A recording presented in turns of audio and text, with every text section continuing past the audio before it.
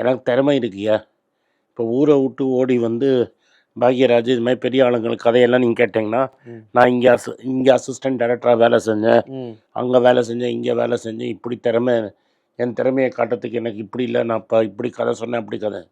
இப்போ அப்படி கதை வேணாம். உன்னோட படத்தை அமீர் கான் சொன்னான் ஒரு ரீசனில், ஒரு கதையை 1 நிமிஷத்தில் நீ ஒரு லைனில் சொல்லணும். 3 ஹவர் சொல்கிற கதையை 1 ஹவரில் சொல்லணும். 1 ஹவரில் சொல்கிறது 1 லைனில் சொல்லணும். 1 லைனில் சொல்லணும்.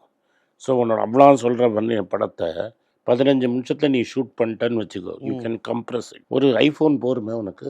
ஐஃபோனு ஒரு ஸ்டூடியோ எடுத்தால் நீ படம் பண்ணி பின்னாடி க்ரீன் ஷீட்டு இப்போ எப்படி பண்ணுறான், க்ரீன் மேட் தான். க்ரீன் மேட்டு, ஒரு க்ரீன் மேட் இருக்கிற ஒரு ஸ்டூடியோ ஹையர் பண்ணேன்னா 15 நிமிஷத்துக்கு நீ அரை மணி நேரம் 1 ஹவர் ஷூட் பண்ணிட்ட.